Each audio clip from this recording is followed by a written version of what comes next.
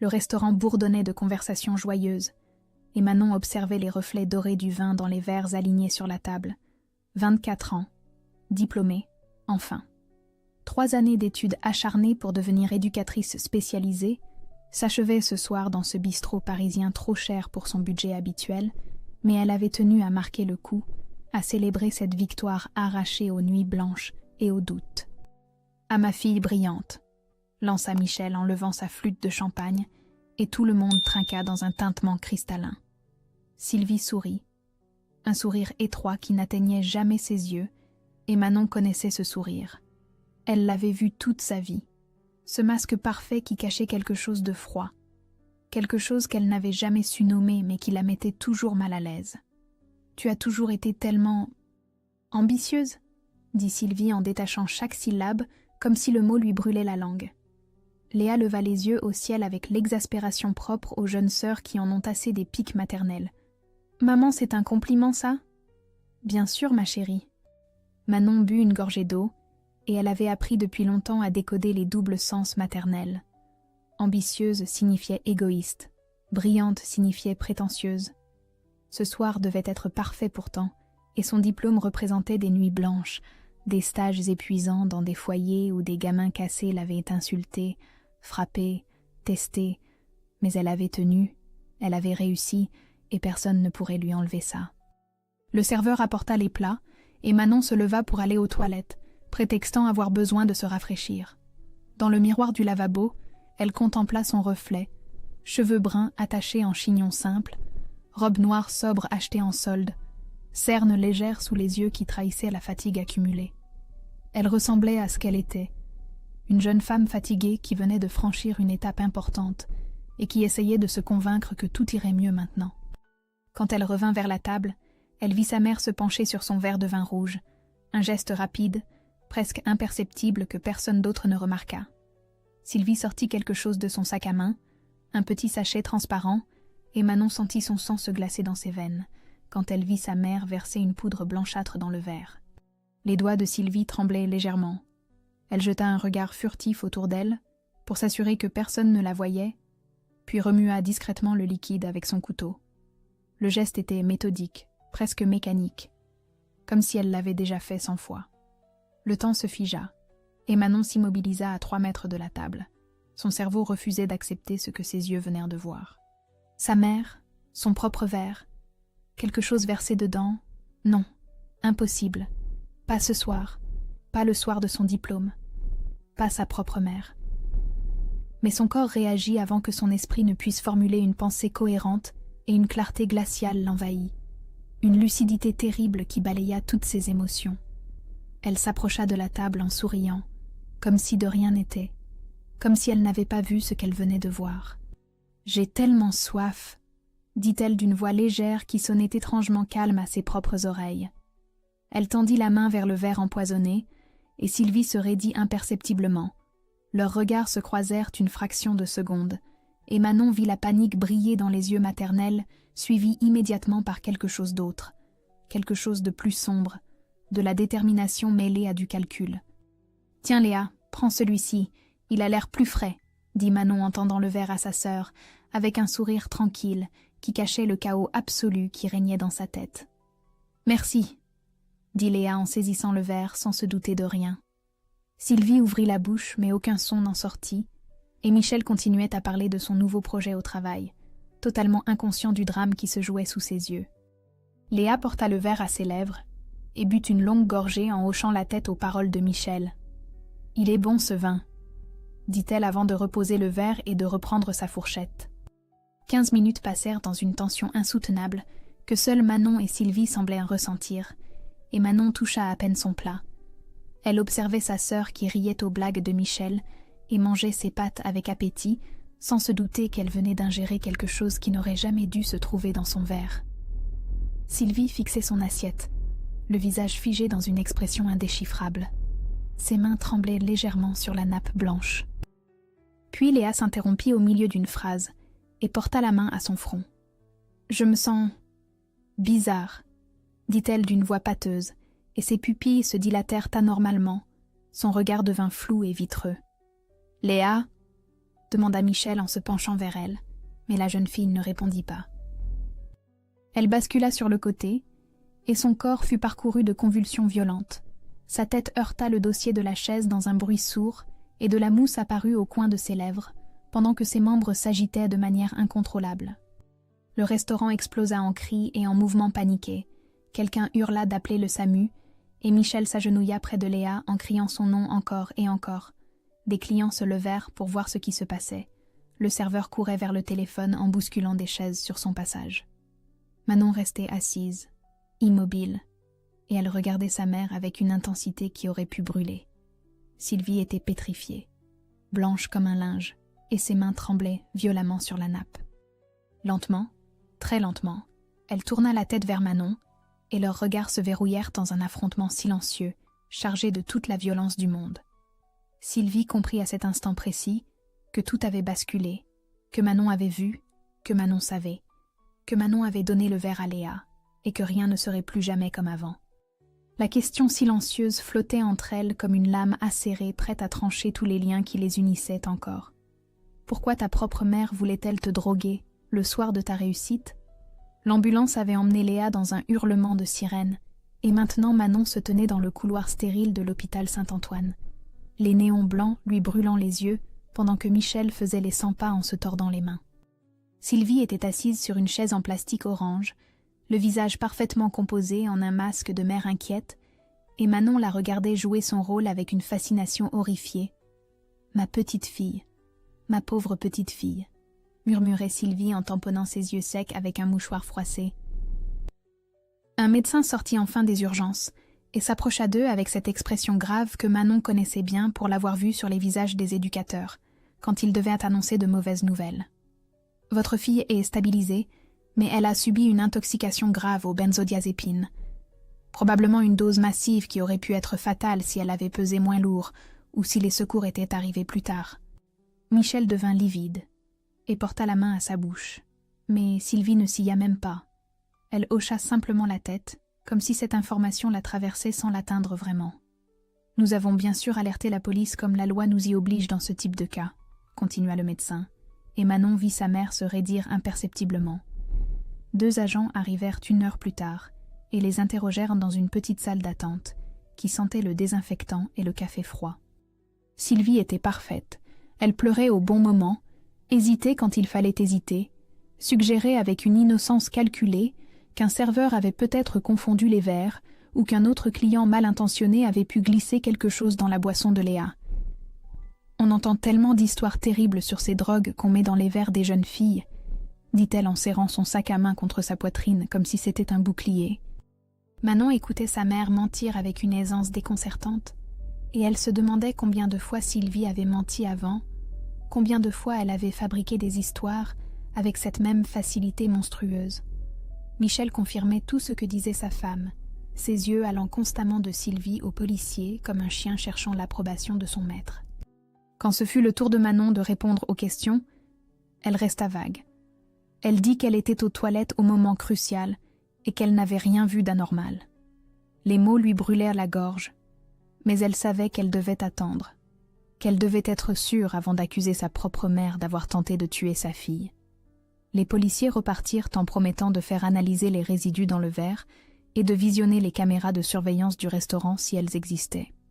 Sylvie les regarda partir avec un soulagement qu'elle dissimula mal, et Manon nota chaque micro-expression, chaque tension dans les épaules maternelles. Michel partit chercher du café à la machine, et Sylvie se tourna vers Manon. Leurs regards se croisèrent, et pendant une seconde interminable, quelque chose passa entre elles. Quelque chose de terrible et de définitif. « Tu as fait une erreur », dit Sylvie à voix basse, et Manon sentit ses cheveux se dresser sur sa nuque. « C'est toi qui as fait une erreur », répondit Manon tout aussi bas, et Sylvie détourna les yeux la première. Léa se réveilla vers minuit, confuse et terrifiée. Elle ne se souvenait de rien après avoir bu le vin, et Manon lui tint la main pendant qu'elle pleurait, en demandant ce qui s'était passé. Pourquoi son corps lui faisait si mal? Pourquoi elle se sentait si bizarre? Michel resta avec Léa, et Manon prétexta avoir besoin d'air frais. Elle sortit de l'hôpital et prit le métro jusqu'à l'appartement de ses parents à Montreuil. Elle avait toujours eu les clés Ses parents le lui avaient demandé des années auparavant pour qu'elle puisse arroser les plantes quand il partait en vacances. Elle entra dans l'appartement silencieux et sombre, alluma les lumières et commença à chercher. Elle fouilla méthodiquement les tiroirs de la cuisine, les armoires de la chambre, le bureau de son père, et c'est dans le sac à main de sa mère laissé négligemment sur le canapé qu'elle trouva ce qu'elle cherchait sans vraiment savoir qu'elle le cherchait. Un petit carnet noir glissé dans une poche intérieure. Elle l'ouvrit et sa vision se troubla en lisant les premières lignes. Mars 2020. Manon. Demi-comprimé dans son thé du dimanche. Résultat, somnolence. Difficulté de concentration le lundi suivant au travail. Juin 2020. Manon. Un comprimé entier dans sa tisane. Résultat, elle a dormi 14 heures, a annulé son rendez-vous important. Septembre 2021. Manon. Dose légère dans le café. Résultat, étourdissement. Elle a raté l'examen de conduite. Les pages se succédaient, avec une précision clinique, une froide méthodologie qui transformait les années de vie de Manon en une expérience de laboratoire. Sa mère notait les doses, les effets, les conséquences avec le détachement d'un scientifique observant un rat dans un labyrinthe. Manon s'assit par terre au milieu du salon de ses parents et elle comprit avec une clarté terrible qu'elle avait été empoisonnée pendant des années, que chaque moment de fatigue inexpliquée, chaque opportunité ratée, chaque période de confusion mentale n'était pas sa faute, mais le résultat d'une manipulation systématique. Le carnet tremblait dans ses mains et une seule question tournait dans sa tête comme une lame. Combien de fois sa mère avait-elle essayé de la détruire? Manon retourna à l'hôpital avec le carnet noir brûlant dans son sac à main comme une grenade dégoupillée, et elle trouva sa mère assise au chevet de Léa, tenant la main de sa fille avec une tendresse calculée qui donna envie à Manon de hurler. Michel dormait affalé sur une chaise dans le coin de la chambre, ronflant doucement, et Sylvie leva les yeux quand Manon entra, un sourire maternel plaqué sur son visage. « Tu es rentrée te reposer, ma chérie? Tu avais l'air tellement fatiguée. » Manon ne répondit pas. Elle sortit le carnet et le posa sur le lit d'hôpital entre elle et sa mère. Sylvie regarda l'objet et toute couleur quitta son visage. Ses lèvres devinrent blanches et ses mains se mirent à trembler. « Où as-tu trouvé ça ?» murmura Sylvie, et sa voix n'était plus qu'un souffle rauque. « Dans ton sac à main que tu as laissé négligemment sur ton canapé. » Léa remua dans son lit et ouvrit les yeux, encore groggy des sédatifs qu'on lui avait administrés. Elle regarda le carnet sans comprendre, puis son regard alla de Manon à leur mère. « Qu'est-ce qui se passe ?» Manon ouvrit le carnet et commença à lire à voix haute, chaque ligne tombant dans le silence de la chambre comme des pierres dans un puits. Mars 2020, juin 2020, septembre 2021, la litanie des empoisonnements s'égrena avec une précision clinique, et Léa devint de plus en plus pâle à mesure que les mots pénétrèrent son esprit encore embrumé. « Arrête, » dit Sylvie, mais sa voix était faible et sans conviction. « Non, » répondit Manon, et elle continua à lire jusqu'à ce que Michel se réveille en sursaut et jusqu'à ce que Léa commence à pleurer en secouant la tête comme si elle pouvait ainsi effacer ce qu'elle venait d'entendre. « C'est impossible. Maman, tu n'as pas fait ça. Dis-lui que ce n'est pas vrai, » supplia Léa. Mais Sylvie ne disait rien. Elle regardait ses mains posées sur ses genoux, et son silence était plus éloquent que n'importe quel aveu. Michel se leva, le visage défait par l'incompréhension, et il prit le carnet des mains de Manon pour le lire lui-même. Ses lèvres bougeaient silencieusement pendant qu'il parcourait les pages, et quand il releva la tête, il avait les larmes aux yeux. « Sylvie, pourquoi ?» Sylvie releva enfin la tête, et ce qu'ils virent dans ses yeux les glaça tous. Ce n'était pas du remords ni de la honte, mais quelque chose de bien plus terrible, une rage froide mêlée à une forme de victimisation tordue. « Tu m'as toujours volé l'attention, Manon. Ton père t'adorait plus que moi. Michel te regarde avec plus de tendresse qu'il ne m'en a jamais montré. Même Léa t'admire plus que sa propre mère. Tu prends tout. Tu as toujours tout pris. » Le silence qui suivit cette déclaration était si dense qu'on aurait pu le couper au couteau. Et Manon sentit quelque chose se briser définitivement en elle, le dernier fil ténu qui la reliait encore à l'idée d'avoir une mère. « Nous allons porter plainte, » dit Manon d'une voix calme et déterminée. « Non, non, tu ne peux pas faire ça, c'est ta mère, » protesta Michel, mais Léa l'interrompit d'une voix tremblante mais claire. « Si, nous allons le faire. Elle a essayé de me tuer hier soir, Michel. Tu comprends ça? Elle a mis du poison dans le verre de Manon, et c'est moi qui l'ai bu. Michel ouvrit la bouche puis la referma. Il regarda Sylvie comme s'il la voyait pour la première fois, et quelque chose en lui sembla se briser aussi. Manon appela les policiers depuis le couloir de l'hôpital, et ils arrivèrent de 30 minutes plus tard. Elle leur remit le carnet et donna sa déposition complète en incluant ce qu'elle avait vu au restaurant. Léa confirma tout ce que sa sœur avait dit, et les agents regardèrent Sylvie avec une expression où se mêlaient dégoût et incrédulité professionnelle. Sylvie fut placée en garde à vue et emmenée menottes au poignet pendant qu'elle criait qu'on ne comprenait pas, que tout le monde se retournait contre elle, que c'était l'injuste. Michel resta figé près de la porte, incapable de choisir entre sa femme et la vérité, et quand Manon passa devant lui pour quitter l'hôpital, il lui dit d'une voix brisée qu'elle était en train de détruire leur famille. « C'est elle qui l'a détruite il y a longtemps », répondit Manon sans se retourner.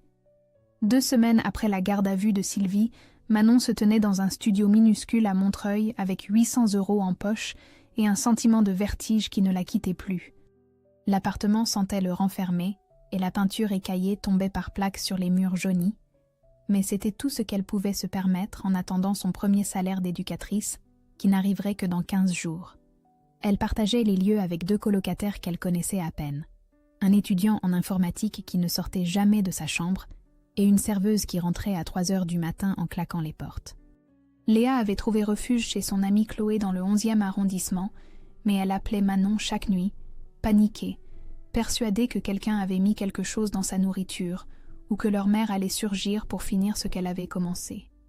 Manon passait des heures au téléphone à la rassurer avec des mots qu'elle ne croyait pas elle-même, parce qu'elle aussi se réveillait en sursaut à 4 heures du matin avec la sensation que sa gorge se refermait. Le lundi suivant, elle commença son poste au foyer d'accueil pour adolescents de Pantin, un bâtiment gris coincé entre une station-service et un supermarché discount. Les jeunes qu'elle devait encadrer avaient entre 14 et 18 ans, et tous portaient dans leurs yeux cette même blessure qu'elle reconnaissait maintenant dans son propre reflet, celle d'avoir été trahie par ceux qui auraient dû les protéger. Son premier jour fut un baptême du feu. Un garçon de 16 ans nommé Yanis lui lança une chaise pendant une crise de rage et lui hurla qu'elle n'était qu'une conne de bourgeoise qui ne comprenait rien à sa vie. Manon esquiva la chaise et resta debout face à lui sans bouger jusqu'à ce qu'il se calme. Elle ne dit rien, et son silence sembla désarçonner le garçon plus que n'importe quelle réprimande. Les journées au foyer étaient épuisantes. 12 heures passées à gérer des crises, à écouter des histoires qui lui rappelaient trop la sienne, à essayer de maintenir un semblant d'ordre dans le chaos permanent. Ses collègues étaient gentils mais débordés, et personne n'avait vraiment le temps de former la nouvelle recrue. On lui donnait des consignes contradictoires, et elle naviguait à vue en essayant de ne pas couler. C'est le 3e jour qu'elle rencontra Karim dans la salle de repos, alors qu'elle s'était endormie sur la table, après avoir enchaîné 2 shifts sans pause. Elle se réveilla avec la sensation qu'on posait quelque chose de chaud près de sa main et ouvrit les yeux pour découvrir un gobelet de café fumant et un homme d'une 30aine d'années qui la regardait avec un sourire compatissant. « Tu as l'air d'en avoir besoin », dit-il simplement, et sa voix était douce, sans être condescendante. « Merci », murmura Manon en prenant le café, et elle remarqua qu'il avait ajouté du lait sans même lui demander comment elle le prenait, comme s'il avait deviné. « Karim, psychologue, j'interviens ici 2 fois par semaine pour les suivis individuels. »« Manon, éducatrice. J'ai commencé il y a 3 jours, et je me demande encore ce que je fais là. » Il rit, et ce rire était franc et chaleureux, sans ironie ni jugement, et Manon sentit quelque chose se détendre imperceptiblement dans sa poitrine. Les 3 premiers mois sont les plus durs. Après, ça devient juste très dur au lieu d'insupportable. Ils parlèrent pendant 15 minutes, avant que l'alarme incendie ne se déclenche pour la 3e fois de la semaine, et qu'ils doivent courir évacuer les jeunes, mais ces 15 minutes suffirent pour que Manon se sente un peu moins seule dans ce naufrage qu'était devenu sa vie. Le soir même, en rentrant dans son appartement glacial de Montreuil, elle trouva une lettre glissée sous sa porte. Une enveloppe épaisse avec l'entête d'un cabinet d'avocats. Elle l'ouvrit avec des mains tremblantes et lut les premières lignes qui la glacèrent jusqu'aux os. « Chère mademoiselle Moreau, je représente madame Sylvie Dubois dans le cadre de la procédure en cours. Ma cliente souhaite vous faire part d'informations concernant votre père biologique qui pourraient considérablement modifier votre compréhension des événements récents. Elle est disposée à partager ces informations en échange d'un arrangement à l'amiable qui éviterait un procès préjudiciable pour toute la famille. Manon froissa la lettre dans son poing, et la rage monta en elle comme une vague brûlante. Sa mère essayait encore de manipuler, encore de contrôler, encore de tout détruire, et cette fois elle utilisait le fantôme de son père comme arme. Manon passa 3 jours à tourner et retourner la lettre de l'avocate dans sa tête, avant de céder et d'accepter une rencontre, non pas avec sa mère directement, mais avec Maître Durand, dans son cabinet feutré du 7e arrondissement. L'avocate était une femme d'une 50aine d'années aux cheveux gris impeccablement coiffés, et elle posa devant Manon une enveloppe cachetée que Sylvie avait préparée depuis sa garde à vue. Ma cliente insiste sur le fait que ces informations vous appartiennent de droit, mais qu'elles pourraient également expliquer certains de ses comportements, dit Maître Durand, avec cette voix lisse des professionnels habitués à emballer les horreurs dans du papier de soie. Manon ouvrit l'enveloppe et lut la lettre manuscrite de sa mère, chaque mot s'enfonçant en elle comme des éclats de verre. L'homme qu'elle avait appelé papa toute son enfance, celui qui était mort quand elle avait 8 ans dans un accident de voiture, n'était pas son père biologique. Sylvie avait eu une liaison avec un homme marié, un avocat brillant de Lyon nommé Philippe Moreau, et elle était tombée enceinte. Philippe avait exigé le secret absolu et versé une somme importante pour que Sylvie élève l'enfant sans jamais révéler la vérité. Voilà pourquoi je ne pouvais pas te regarder sans voir ma faute, ma trahison envers l'homme qui t'a élevée comme sa propre fille. Tu étais la preuve vivante de mon mensonge, et chaque jour tu me rappelais ce que j'avais fait. Manon replia la lettre avec des mains tremblantes et sentit le sol se dérober sous elle. Toute son identité venait de voler en éclats, et elle ne savait plus qui elle était vraiment. Maître Durand la regardait avec une expression qu'elle voulait sans doute compassionnelle, mais qui ressemblait surtout à de la curiosité professionnelle. « Je suppose que vous comprenez maintenant la complexité de la situation », dit l'avocate en joignant ses mains sur son bureau d'acajou ciré. « Je comprends surtout que ma mère essaie encore de manipuler en se faisant passer pour une victime », répondit Manon d'une voix plus ferme qu'elle ne l'aurait cru, et elle sortit du cabinet sans un regard en arrière. Les semaines suivantes furent un brouillard d'émotions contradictoires, pendant lesquelles Manon effectua des recherches obsessionnelles sur Philippe Moreau et trouva facilement sa trace, un avocat d'affaires prospère de 58 ans marié depuis 30 ans et père de 2 enfants. Elle lui écrivit une lettre sobre, expliquant qui elle était et demandant simplement la vérité, puis elle attendit dans une anxiété qui rongeait ses nuits. Au foyer, les journées continuaient leur rythme épuisant, et Karim était devenu une présence régulière dans ses pauses café. Il parlait de tout et de rien, et peu à peu Manon se surprit à lui raconter des fragments de son histoire. Il ne la jugeait jamais, ne donnait pas de conseils non sollicités. Il écoutait simplement avec cette attention rare qui donne le sentiment d'exister vraiment. « Mon père n'était pas mon père, et ma mère m'empoisonnait depuis des années. Je commence à penser que ma vie est un mauvais scénario de série télévisée, » dit-elle un jour, avec un rire amer en touillant son café. « Ou alors c'est juste que les familles sont plus compliquées que ce qu'on veut bien croire, » répondit Karim, et quelque chose dans sa voix lui fit comprendre qu'il savait de quoi il parlait. Léa, de son côté, commença une thérapie intensive avec une psychologue spécialisée dans les traumatismes, et elle envoyait à Manon de longs messages vocaux où elle racontait ses progrès fragiles, comment elle réapprenait à faire confiance à la nourriture, comment elle travaillait sur sa peur panique d'être à nouveau empoisonnée. Les 2 sœurs se voyaient chaque dimanche pour des déjeuners simples dans de petits restaurants où elles reconstruisaient patiemment leurs liens sans leur mère dans l'équation. 6 semaines après avoir envoyé sa lettre, Manon reçut enfin une réponse de Philippe Moreau, une enveloppe épaisse postée de Lyon avec une écriture masculine assurée. Il confirmait tout ce que Sylvie avait écrit et proposait une rencontre dans un café lyonnais. Mais il ajoutait une phrase qui glaça Manon jusqu'aux os. « Je dois cependant vous prévenir que ma famille actuelle ne sait rien de votre existence, et je souhaiterais que cela reste ainsi. Cette rencontre devra rester unique et confidentielle. » Manon froissa la lettre dans son poing et réalisa qu'elle n'était pas seulement la fille empoisonnée d'une mère narcissique, elle était aussi le secret honteux d'un homme qui préférait qu'elle n'existe pas. Le TGV filait à travers la campagne française, et Manon regardait défiler les champs dorés sans vraiment les voir. Son reflet dans la vitre lui renvoyait l'image d'une jeune femme fatiguée aux yeux cernés qui partait à la rencontre d'un père qui ne voulait pas d'elle. Elle avait pris sa journée au foyer en prétextant un rendez-vous médical, et Karim lui avait simplement serré l'épaule en lui disant de faire attention à elle. Ce geste simple l'avait presque fait pleurer. Le café où Philippe Moreau lui avait donné rendez-vous se trouvait dans un quartier discret de Lyon, loin du centre-ville, comme s'il voulait minimiser les risques d'être reconnu. Manon arriva 15 minutes en avance et commanda un thé qu'elle ne but pas. Ses mains tremblaient trop pour tenir la tasse correctement. Il entra à 14 heures pile, un homme grand aux cheveux grisonnants impeccablement coiffés, costume sombre et mallette de cuir, l'image même de la réussite professionnelle. Ses yeux parcoururent la salle et s'arrêtèrent sur Manon. Quelque chose passa sur son visage, qui ressemblait à de la reconnaissance, ou peut-être à de la peur. Puis il s'approcha avec un sourire contraint, qui n'atteignait pas ses yeux. « Manon, je présume », dit-il en s'asseyant face à elle sans lui tendre la main, et ce fut cette absence de geste qui lui fit comprendre qu'il ne la considérait pas vraiment comme sa fille, mais plutôt comme un problème à gérer. Ils parlèrent pendant 1 heure, et Philippe confirma tout avec cette froideur clinique qu'il devait utiliser dans les salles d'audience. Oui, il avait eu une liaison avec Sylvie. Oui, il savait qu'elle était enceinte. Non, il n'avait jamais voulu être un père pour cet enfant.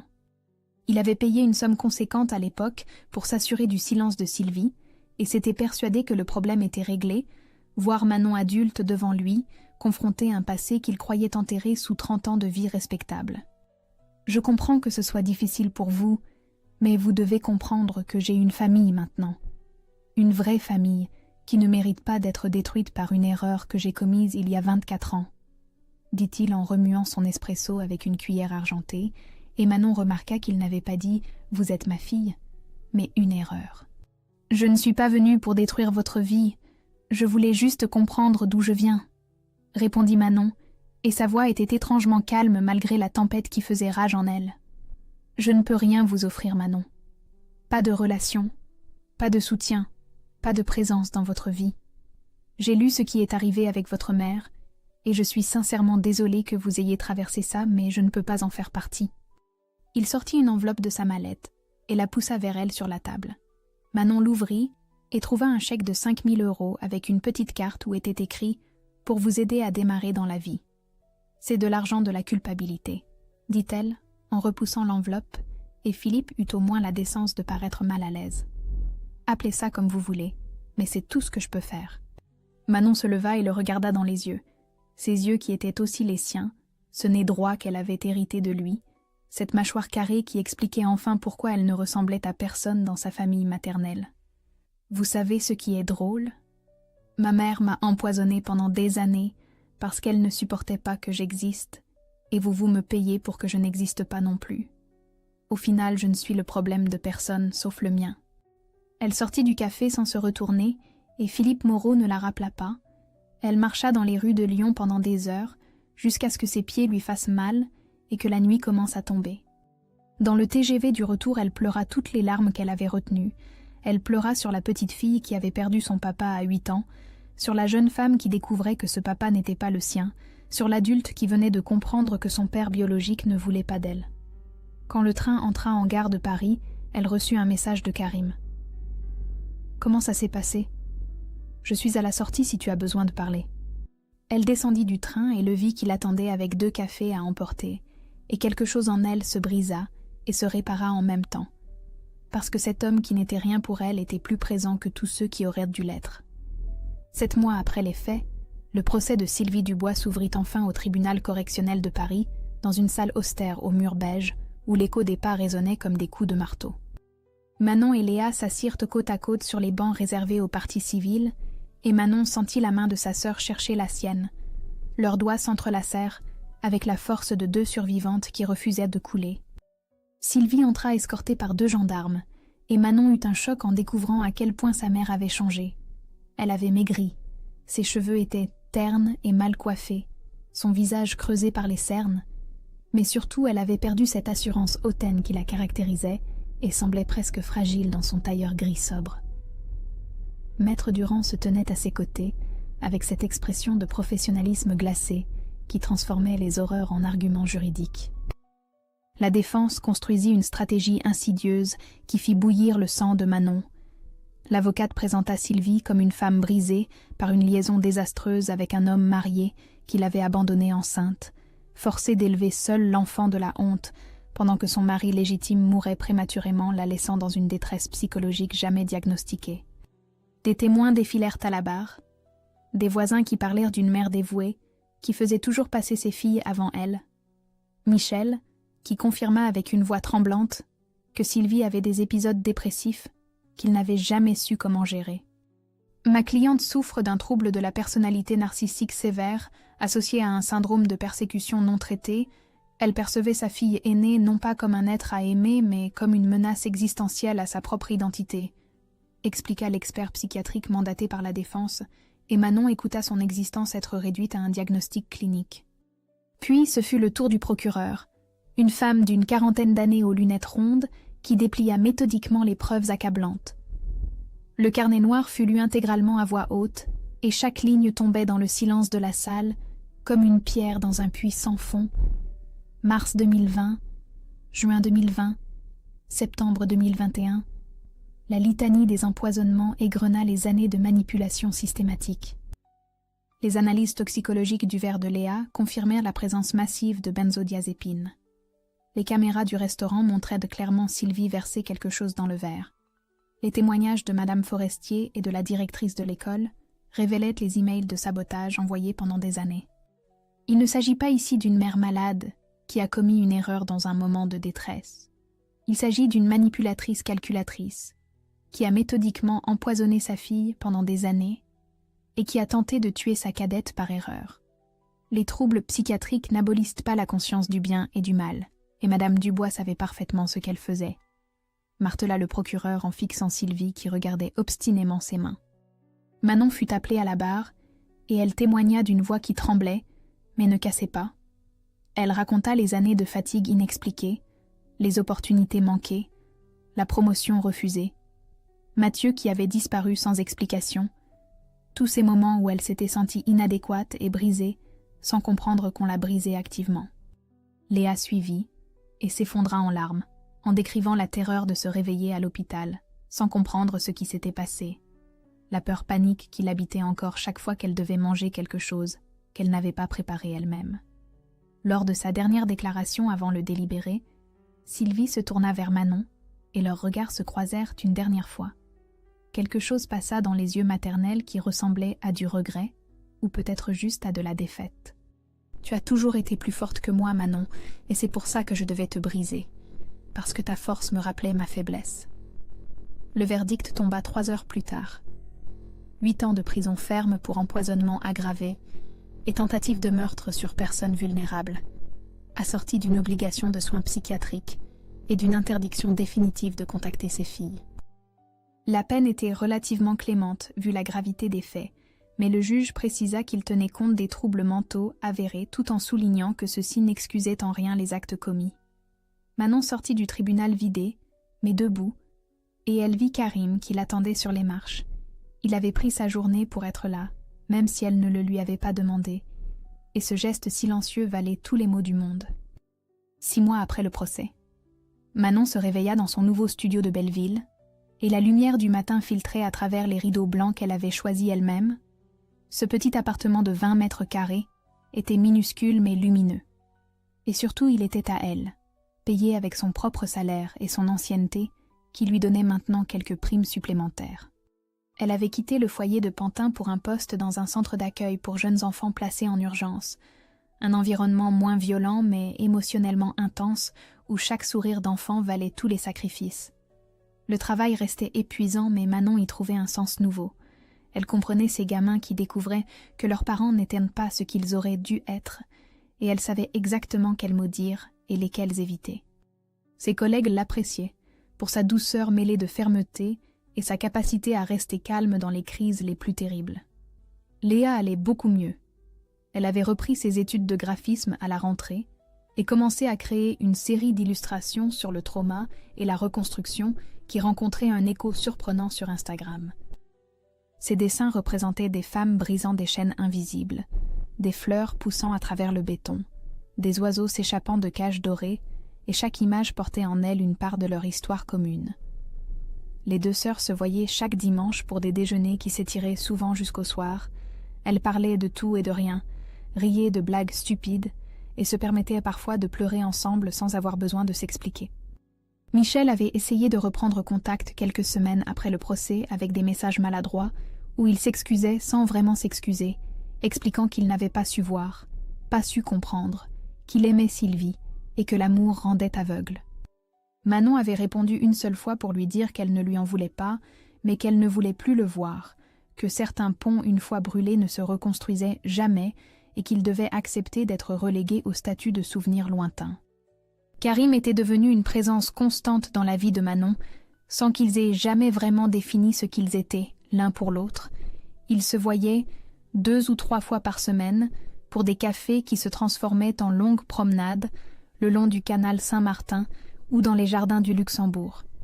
Ils parlèrent de leurs journées difficiles, de leurs rêves modestes, de leurs peurs qu'ils apprenaient doucement à apprivoiser, et parfois ils restaient simplement assis en silence, en regardant les gens passer avec cette complicité rare qui n'a pas besoin de mots pour exister.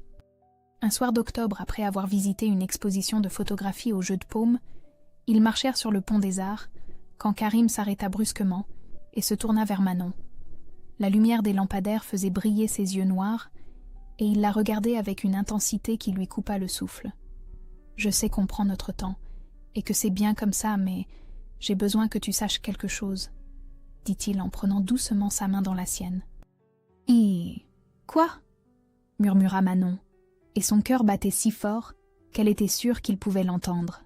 « Tu es la personne la plus courageuse que je connaisse, et j'aimerais avoir le droit d'être là pour toi, pas juste comme un ami, mais comme quelqu'un qui t'aime vraiment. » Manon sentit les larmes monter, et pour une fois ce n'étaient pas des larmes de douleur, mais quelque chose de plus doux, de plus fragile. Elle se hissa sur la pointe des pieds et l'embrassa avec toute la tendresse qu'elle avait appris à reconnaître en elle, malgré les années de poison. Ils construisirent leur relation lentement, sans précipitation ni grande déclaration dramatique. C'était fait de petits matins partagés autour d'un café, de soirées passées à cuisiner ensemble dans le minuscule studio, de nuits où ils s'endormaient enlacés en se racontant leurs rêves les plus fous. Karim ne cherchait pas à réparer Manon parce qu'il comprenait qu'elle n'était pas cassée, mais en reconstruction, et qu'il y avait une différence fondamentale entre les deux. Manon avait aussi commencé une thérapie avec une psychologue spécialisée dans les traumas complexes, et elle découvrait des parts d'elle-même qu'elle avait enfouies pendant des années, sa créativité qu'elle exprimait maintenant en écrivant des petits textes qu'elle ne montrait à personne sauf à Léa, son humour qu'elle avait cru perdu et qui revenait doucement, sa capacité à faire confiance qui se reconstruisait millimètre par millimètre. Un dimanche après-midi, Léa lui montra sa dernière illustration, une femme debout face à l'océan, les bras ouverts vers le ciel, et en légende elle avait écrit simplement « Chapitre 1 ». « C'est toi », dit Léa en souriant, et Manon comprit que sa sœur avait raison. Tout ce qui s'était passé n'était pas la fin de son histoire, mais juste le premier chapitre terrible d'une vie qui continuait malgré tout. Après des semaines de réflexion qui rongèrent ses nuits, Manon décida d'aller voir sa mère en prison. Non pas pour elle, mais pour fermer définitivement cette porte qui battait encore dans les courants d'air de son âme. Elle prit le RER jusqu'à Fleury-Mérogis par un matin de novembre gris, où le ciel bas pesait sur Paris comme un couvercle de plomb. Le parloir sentait le désinfectant et la tristesse concentrée.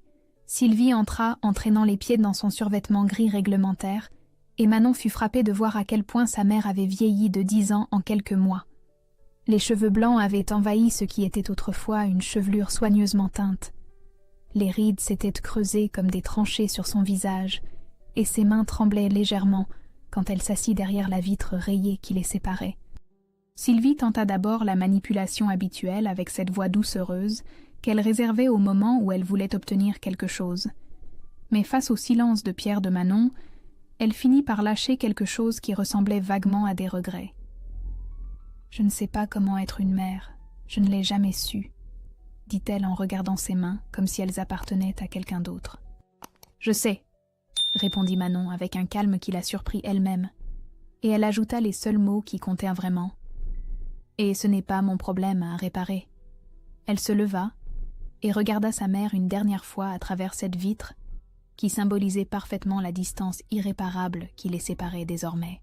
« Je ne te pardonnerai jamais, mais je refuse de te laisser me définir. » Puis elle partit sans se retourner, et le bruit de ses pas sur le sol en béton résonnait comme une libération. Dehors, Manon respira l'air froid de novembre comme si c'était la première fois. Elle rejoignit Karim qui l'attendait près de sa voiture avec cette patience tranquille qui était devenue son ancrage. Ils roulèrent jusqu'à Deauville dans un week-end improvisé où la mer d'hiver leur offrit son immensité grise et apaisante. Sur la plage déserte, Manon marcha pieds nus dans le sable mouillé et froid.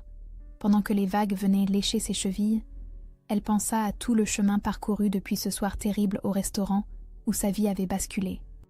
Le diplôme qui devait être célébré et qui avait failli être empoisonné, sa sœur sauvée par un hasard terrible, les secrets enfouis révélés comme des cadavres déterrés, le procès qui avait mis des mots sur l'innommable, et maintenant cette liberté fragile qu'elle apprenait à habiter jour après jour. Elle n'était pas guérie et ne le serait jamais. Les cicatrices restaient gravées dans sa chair invisible, mais elle était libre, vivante, elle-même enfin.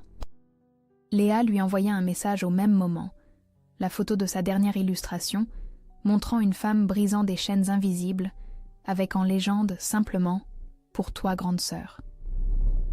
Manon sourit et prit une photo d'elle face à l'océan immense, les cheveux fouettés par le vent salé, les yeux tournés vers l'horizon infini. Elle la posta sur ses réseaux sociaux pour la première fois de sa vie avec une légende qui résumait tout ce qu'elle avait appris dans cette traversée du feu. Chapitre 1. Parce qu'elle avait compris que la résilience n'était pas une destination, mais un chemin qu'on choisit de parcourir chaque matin en se levant, que l'amour existe même après le poison, et que parfois la famille qu'on choisit vaut mieux que celle qu'on nous impose. Le vent soufflait sur la plage de Deauville, et Manon se tenait debout face à l'avenir, imparfaite, blessée, magnifique et libre.